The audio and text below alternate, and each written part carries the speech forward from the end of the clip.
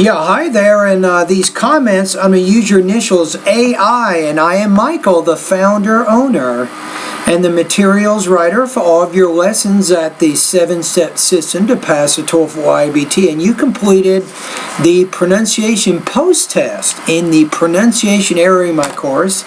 And I'm going to listen to and respond to your practice test right now.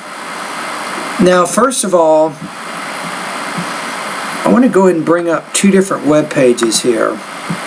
Okay, hold on a minute. Give me a second. Okay, here we go.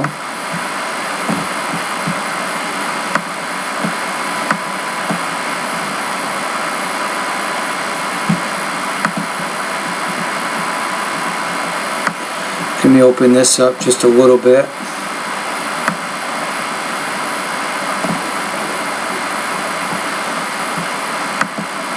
Okay, here we go. Okay, so if I remember correctly, you're actually reading a paragraph and you're answering 3 specific questions. If people are talking to each other, they tend to stand a specific distance apart.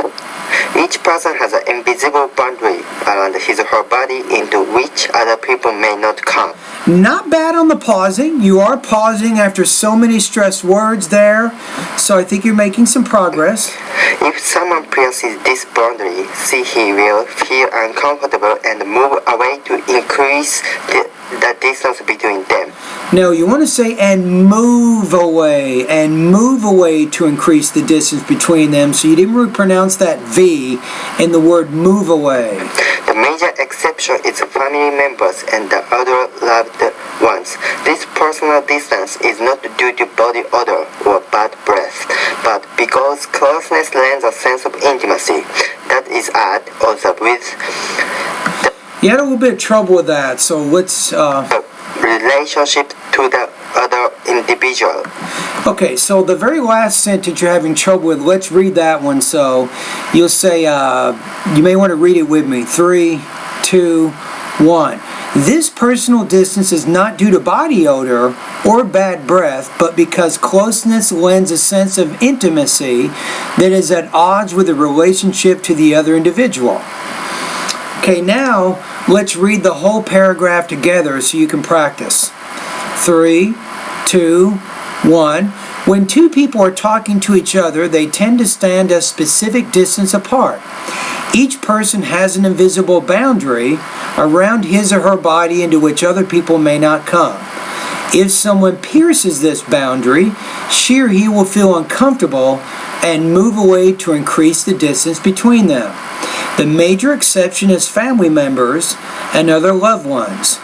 This personal distance is not due to body odor or bad breath, but because closeness lends a sense of intimacy that is at odds with the relationship to the other individual.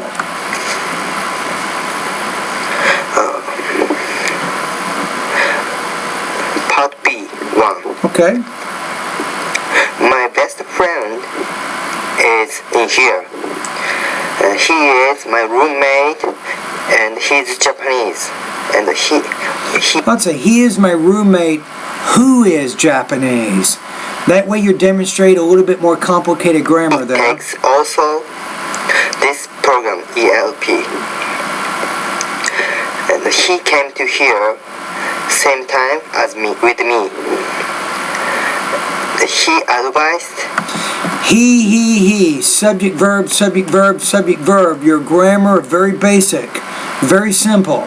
You want to use more sentence variety. You can do that by using noun clauses, adjective clauses, and adverb clauses. You can learn more about these clauses going to the grammar section of my course. Me and I can advise him a lot. So we can encourage each other. So I can say he is my best friend. Okay, cool. All right. Part B number 2. Say number 2. Ooh, 2. Part B number 2. I think I will be in the Tokyo 5 5 years later. Because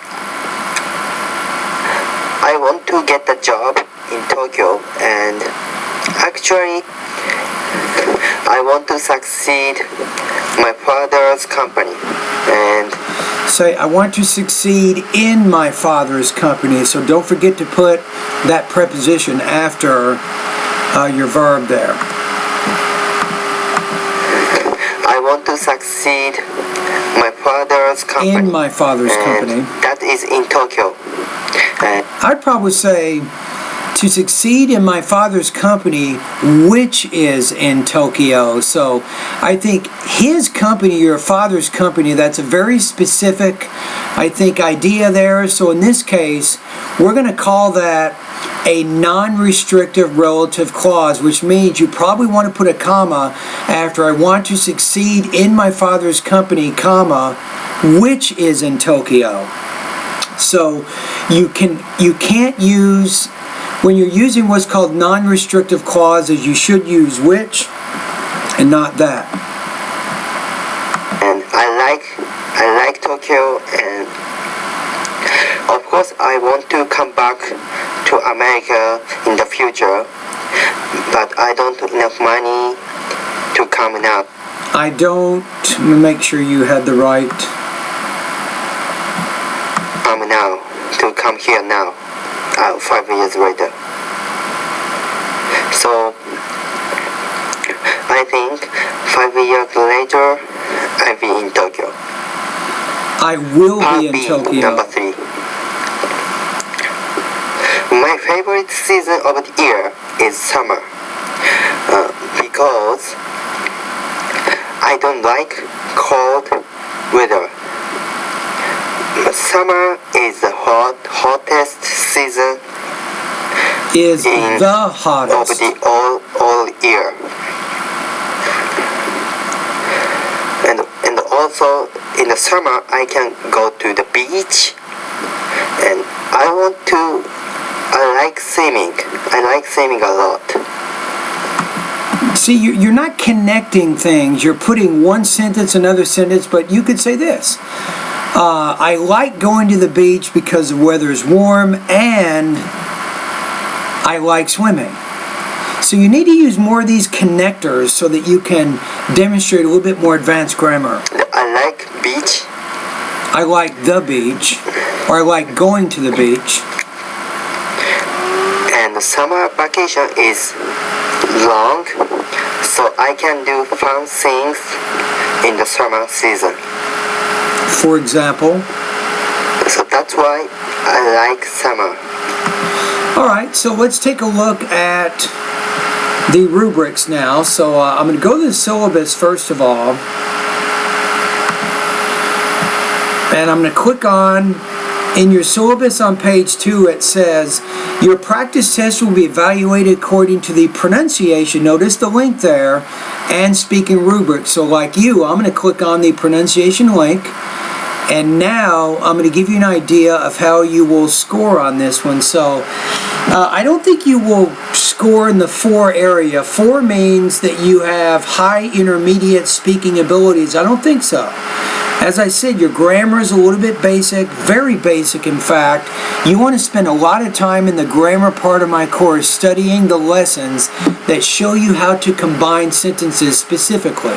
Focus on the grammar lessons, noun clauses, adjective clauses, adverb clauses. Focus on the lesson that says compound sentences. I think that's also good. And one of the lessons I can't remember at the very end, it's called sentence variety. Definitely read and watch that particular lesson, right? So your score here, according to the rubrics, I'm going to put you at about 3.7 out of 7, which means you have intermediate level speaking abilities. Now, if you go to the syllabus, we now want to see what that score means for this particular course that you took from me. So if you go to your syllabus, go to page 3 where it says Pronunciation Final Exam. I just gave you a score of 3.7, right? So that means I'm going to give you a score of 89% on this assignment and in grade.